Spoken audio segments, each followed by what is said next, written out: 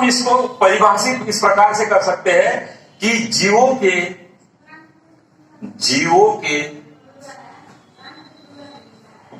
शरीर में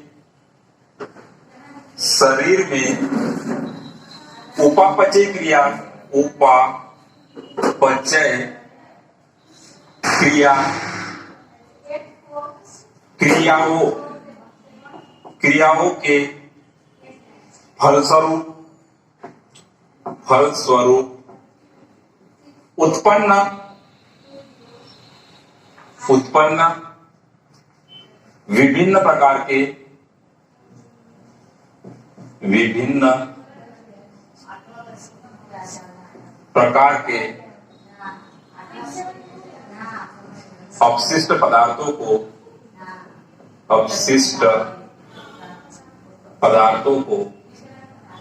के फलस्वरूप उत्पन्न विभिन्न प्रकार के अपशिष्ट पदार्थों को शरीर से बाहर निकालना ही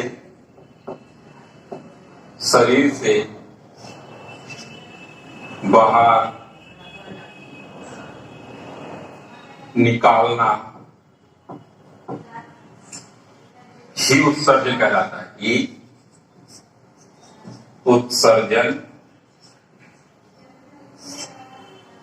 उत्सर्जन कहलाता है।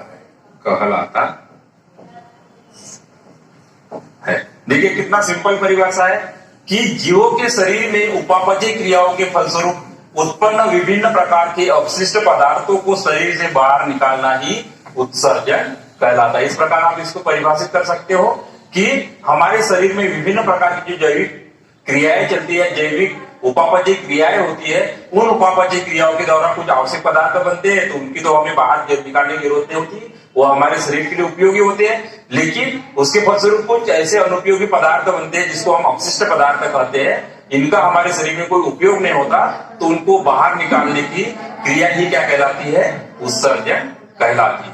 तो यह हो गई उसकी एक सिंपल परिभाषा। अब उत्सर्जन के साथ साथ में आपको एक टर्म्स और मिलेगी आपको, जिसको बोलते हैं हम जल संतुलन। ये तो हो गया उत्सर्जन। उत्सर्जन को क्या हो गई ये परिभाषा। अब इसके बाद आता है जल संतुलन, या इसको हम बोलते हैं आस्मो रेगुलेशन। ये क्या होता है? हमें पता है कि हमारे शरीर में विभिन्न प्रकार की जो क्रियाएं होती है वह जलीय माध्यम में होता है, जिसको हम जैव रासायनिक अभिक्रिया कहते हैं। सारी क्रियाएं क्या होती है हमारे शरीर में? जलीय माध्यम होती है, जिसको हम हाइड्रोलिसिस भी कहते हैं। तो ये जलीय माध्यम में होने से हमारे शरीर में जो जल होता है उसका अंश कम या ज्यादा हो सकता है। तो हमारे शरीर में जल की एक ऑप्टिमम मात्रा बनाए रखने की क्रिया क्या कहलाती है? आस्मो रेगुलेशन कहते हैं। क्योंकि आस्मो रेगुलेशन जो होता है वह उत्सर्जन से जुड़ा हुआ है, क्योंकि हम जैसे नाइट्रोजनस पदार्थ शरीर से बाहर निकालते हैं तो वह पानी के साथ में कितने बाहर निकाल रहे और शरीर का हमारे शरीर में उसकी कितनी मात्रा होती है पानी में, ताकि उत्सर्जित पदार्थ हमारे शरीर से बाहर निकाले जा सके। तो हमारे शरीर में हमेशा पानी की एक ऑप्टिमम मात्रा होना अत्यंत आवश्यक होता है। तो हमारे शरीर में पानी की मात्रा को बनाए रखने की जो क्रिया होती है उसी को हम बोलते हैं जल संतुलन या आस्मो रेगुलेशन। हम देख लेते हैं उत्सर्जित पदार्थ कि उत्सर्जित पदार्थ क्या होते हैं। हमने बात भी की कि हमारे शरीर में जो अनुपयोगी पदार्थ होते हैं उनको हम शरीर से बाहर निकालते, तो वो पदार्थ कौन से होते हैं उनकी भी हम एक बार डिटेल में चर्चा कर लेते हैं। देखिए हमारे शरीर में हमने पढ़ा था कि हमने पोषण के दौरान या पोषण में हम क्या क्या चीज लेते हैं, तो हम प्रमुख रूप से कार्बोहाइड्रेट लेते हैं, हमने इसकी चर्चा कर भी ली है, कार्बोहाइड्रेट। ठीक, इसके अलावा हम क्या लेते हैं? हम प्रोटीन लेते हैं, हम वसा लेते हैं। ठीक, अब हम कार्बोहाइड्रेट, प्रोटीन, वसा, इसके अलावा हम खनिज लवण भी लेते हैं। इसके अलावा हम और क्या लेते हैं? हम विटामिन भी लेते हैं। इसके अलावा हम जल भी लेते हैं। तो हम उनकी चर्चा नहीं करेंगे, हम प्रमुख जो हमारे मैक्रोन्यूट्रिएंट्स है इनकी हम बात कर रहे हैं, क्योंकि यह कार्बनिक पदार्थ होते हैं। ये क्या होते हैं? हमारे भोजन जो होता है वह प्रमुख रूप से कार्बनिक अणुओं पर आधारित होता है। तो कार्बोहाइड्रेट, प्रोटीन और जो वसा होती है क्या है, कार्बनिक पदार्थ होते हैं। अब इनका हमारे शरीर में क्या होता है, पाचन के दौरान यह सरल अणुओं में टूटते हैं। तो जैसे कार्बोहाइड्रेट, कार्बोहाइड्रेट का जब पाचन होता है तो काय में टूटता है, ग्लूकोज, जिसको हम क्या बोलते हैं, ग्लूकोज में टूटता है। ये ग्लूकोज, ग्लूकोज। अब प्रोटीन जो होता है ये काय में टूटता है, यह अमीनो अम्ल में टूटता है, अमीनो अम्ल में टूटता है। अब वसा जो होती है यह वसीय अम्ल में टूटता है, वसीय अम्ल। अब यह ग्लूकोज, इनका अब क्या होता है, पाचन, ये तो पाचन हो गया, पाचन के दौरान ये सरल अणुओं में कन्वर्ट हो गए। अब यहां पे ग्लूकोज का क्या होता है, ऑक्सीकरण होता है ऑक्सीजन की उपस्थिति में। तो क्या होता है, हमने पहले भी चर्चा की थी कि कार्बन डाइऑक्साइड, पानी और ऊर्जा, इनका उत्पादन होता है। तो ऊर्जा तो हम अपने विभिन्न प्रकार के दैनिक कार्यों के लिए हम उपयोग कर लेते हैं। पानी हमारे मेटाबॉलिक एक्टिविटी या उपापचय क्रियाओं में उपयोग हो जाती है तथा इनका शरीर से बाहर निष्कासन भी हो जाता है। लेकिन कार्बन डाइऑक्साइड जो होती है हमारे लिए क्या होती है, ये अपशिष्ट पदार्थ होते हैं। इसको बैलेंस कर लीजिएगा, ठीक। तो यह कार्बन डाइऑक्साइड हमारे लिए क्या है, ये अनुपयोगी पदार्थ होता है। यह अनुपयोगी, यह हमारी गैस, हमारे शरीर में अनुपयोगी गैस होती है। तो इनको हम श्वसन क्रिया के द्वारा बाहर निकाल देते हैं। हमने पढ़ा कि किस प्रकार से यह रुधिर से बाहर जाती है लंग्स में, और लंग्स के थ्रू हम बाह्य श्वसन के दौरान इसको बाहर निकाल लेते हैं। तो अब हम अमीनो अम्ल और प्रोटीन के जो विघटन होता है या इसका ऑक्सीकरण होता है, इसके दौरान कुछ ऐसे पदार्थ बनते हैं जैसे अमोनिया, यूरिया और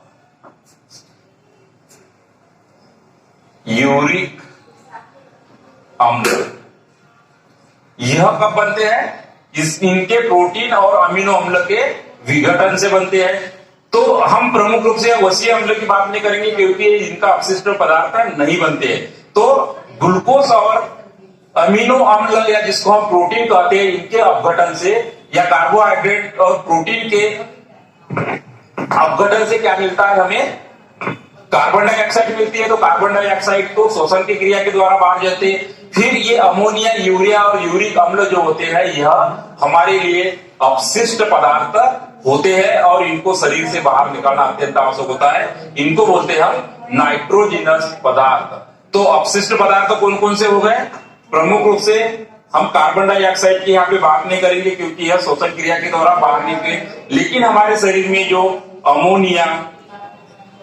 अमोनिया का निर्माण कहाँ होता है, हमारे शरीर में जब अमीनो अम्ल का विघटन होता है या ऑक्सीडेशन होता है तो उसके दौरान यह अमोनिया जो होता है इसको लीवर में पहुंचा देता है, वो डीएमिनेशन कर देते हैं। अमोनिया जो होता है यह अमीनो अम्ल के डीएमिनेशन, और ये डीएमिनेशन का काम कौन करता है, यह हमारे शरीर में यकृत का काम होता है। उसी प्रकार से यूरिया जो होता है इसका निर्माण भी हमारे शरीर में कहां पे होता है, यह लीवर में होता है। क्योंकि आर्जिनिन नामक जो नाइट्रोजनस पदार्थ होता है उसके द्वारा यूरिया का निर्माण होता है। हमें उतना ज्यादा यहाँ पे टफ में स्टडी नहीं करना है। तो हमारे प्रमुख जो उत्सर्जी पदार्थ हो गए कौन कौन हो गए, कार्बन डाइऑक्साइड को हम हटा देते हैं। यहाँ पे हम सिर्फ प्रोटीन केटाबॉलिज्म की हम बात कर रहे हैं कि प्रोटीन केटाबॉलिज्म के दौरान जो अमीनो अम्ल,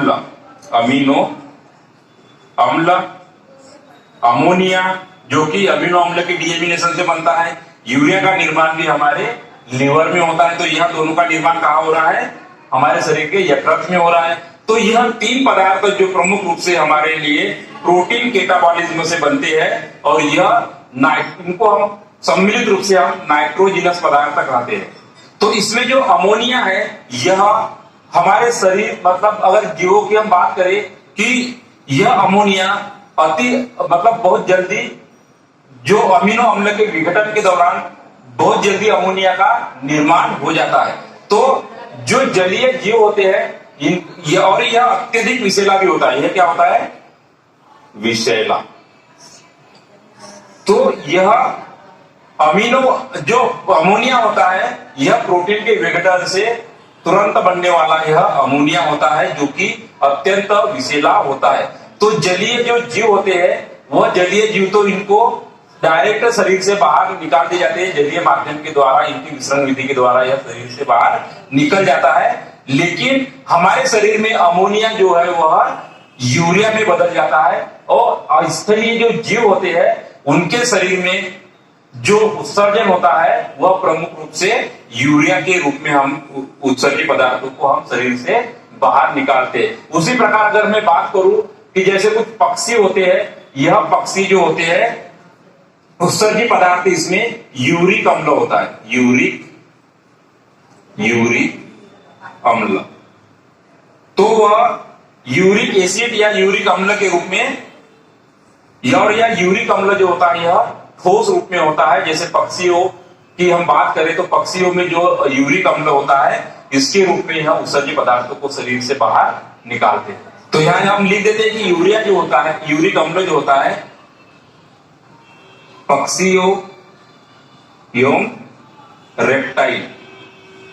रेप्टाइल्स मतलब रेंगने वाले जो जीव होते हैं इनके शरीर में यूरिक अम्ल के रूप में यूरिया जो होता है यह ज्यादा विषैला नहीं होता, लेकिन इसका अणु जो होता है काफी जटिल होता है। यह अमोनिया से कम विषैला होता है, लेकिन इनको शरीर से बाहर निकालना अत्यंत आवश्यक होता है। तो इसके आधार पे भी जीवों को हम कैटेगराइज कर सकते हैं कि जैसे कुछ जीव अमोनिया के रूप में अपने शरीर से बाहर निकालते हैं तो इसको क्या बोलते हैं? एमिनोटेलिक बोलते हैं, एमिनोटेलिक जीव। और जो यूरिया को शरीर से बाहर उत्सर्जित पदार्थ के रूप में निकालते हैं उसको यूरिकोटेलिक बोलते हैं। तो इस प्रकार से भी जीवों को हम कैटेगराइज उत्सर्जित पदार्थों के आधार पर इसको हम अलग अलग प्रकार से कैटेगराइज कर सकते हैं। अब हम थोड़ा देखते हैं आगे कि किस प्रकार से उत्सर्जन के लिए हमारे शरीर में कौन से अंग यहाँ पे काम करते हैं।